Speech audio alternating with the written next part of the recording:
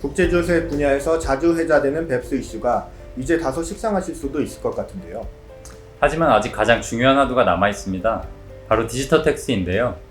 2015년에 발표된 OECD의 뱁스 프로젝트는 조세 피행이 근절을 위한 15가지의 추진 과제를 담고 있고, 디지털 텍스는 그중 첫 번째에 해당할 만큼 OECD 뱁스 프로젝트의 핵심 중 핵심이라고 할 수 있습니다. 이러한 디지털 텍스와 관련하여 2020년 10월 12일 OECD에서 드디어 디지털 텍스에 대한 세부 논의 내용을 담고 있는 블루프린트 보고서를 발표하였습니다. 블루프린트는 투필러 어프로치로 불리는 디지털 텍스 세제의 기본 골격이 공개된 이후 현재까지 논의된 세부 사항을 보다 구체화한 보고서입니다. 디지털 텍스 세제에 대한 논의가 더디게 진행됨에 따라 과연 디지털 텍스가 도입될 것인지 의구심이 있었던 상황에서 이번 블루프린트 보고서를 통해 OECD의 추진 의지를 다시 한번 확인할 수 있었습니다.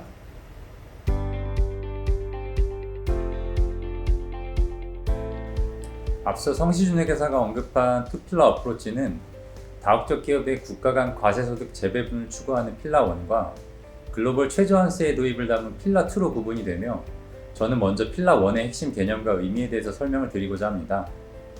필라 1은 기존의 OECD 이전가격 지침에서 설명해온 독립기업 원칙에 따라 판매, 마케팅 활동과 같이 시장 소재지국에서 수행되는 통상적인 활동을 기준으로 과세소득을 1차적으로 결정하되, 만약 그룹 연결 관점에서 초과이익이 존재할 경우 이를 각 시장 소재지국에 추가 배부하는 방식으로 국별 과세소득을 결정할 것을 제한하고 있습니다. 즉, 방법론적으로는 기존의 독립기업 원칙에 더하여 공식에 의한 이익 배분 방식이 접목된 것으로 볼 수 있고, 결과적으로는 시장 소재지국의 과세권이 보다 강화되면서 전 세계적인 과세소득과 세액의 재분배가 발생할 것으로 예상이 됩니다. 흔히 디지털 텍스라는 명칭만을 넣고 그 적용 대상이 매우 협소할 것으로 예상들을 하시는데요.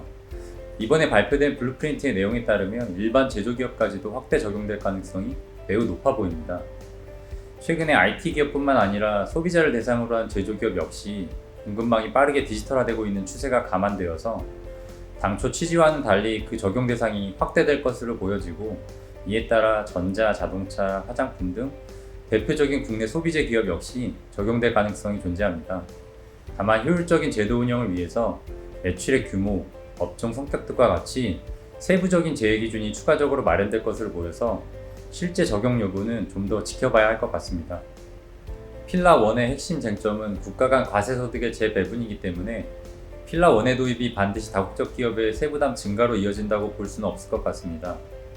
다만 기존 OECD 이전가격 지침의 독립기업 원칙을 탈피해서 새로운 이전가격 과세 체계가 도입되는 만큼 국가 간 이전가격 과세 분쟁의 예방과 해결을 도모할 수 있는 실질적이고 효과적인 제도적 장치가 새로이 마련되는 것이 무엇보다 중요할 것으로 보이고, OECD 역시 이 점을 중요하게 강조하고 있습니다.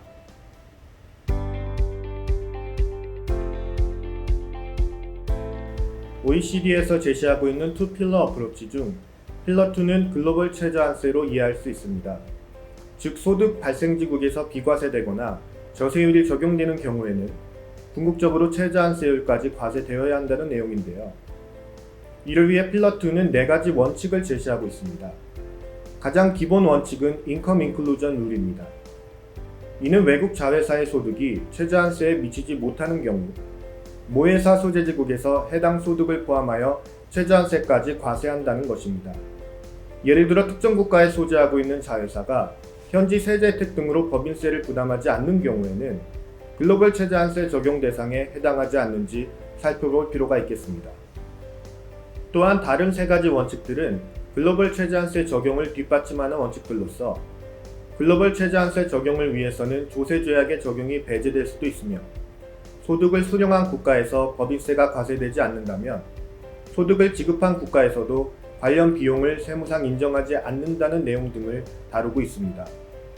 이번 블루프린트 보고서를 통해 필러 2에 대한 보다 자세한 내용을 확인할 수 있었지만 아직까지도 구체적인 합의가 필요한 부분들이 남아 있습니다.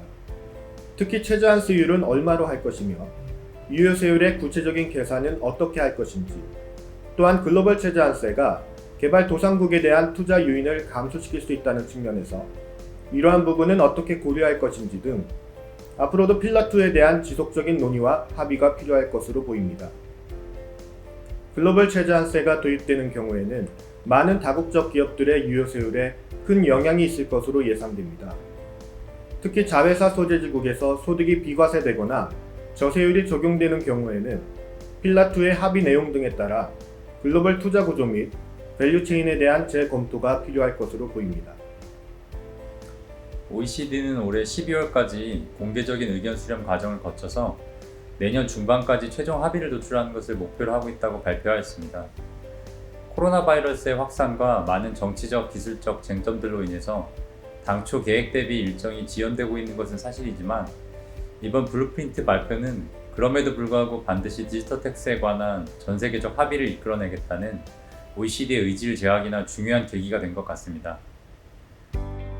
향후 IT 산업뿐만 아니라 전 산업에 걸쳐서 디지털화가 빠르게 확산될 것으로 예상되는 만큼 과거의 뱁스 보고서가 그러했듯 디지털 텍스 역시 향후 몇 년간 국제조세 분야에서 핵심 이슈로 자리매김할 것으로 예상이 됩니다. 저희는 다음 시간에 좀 더 구체적인 내용으로 다시 찾아뵐 수 있도록 하겠습니다. 시청해주셔서 감사합니다.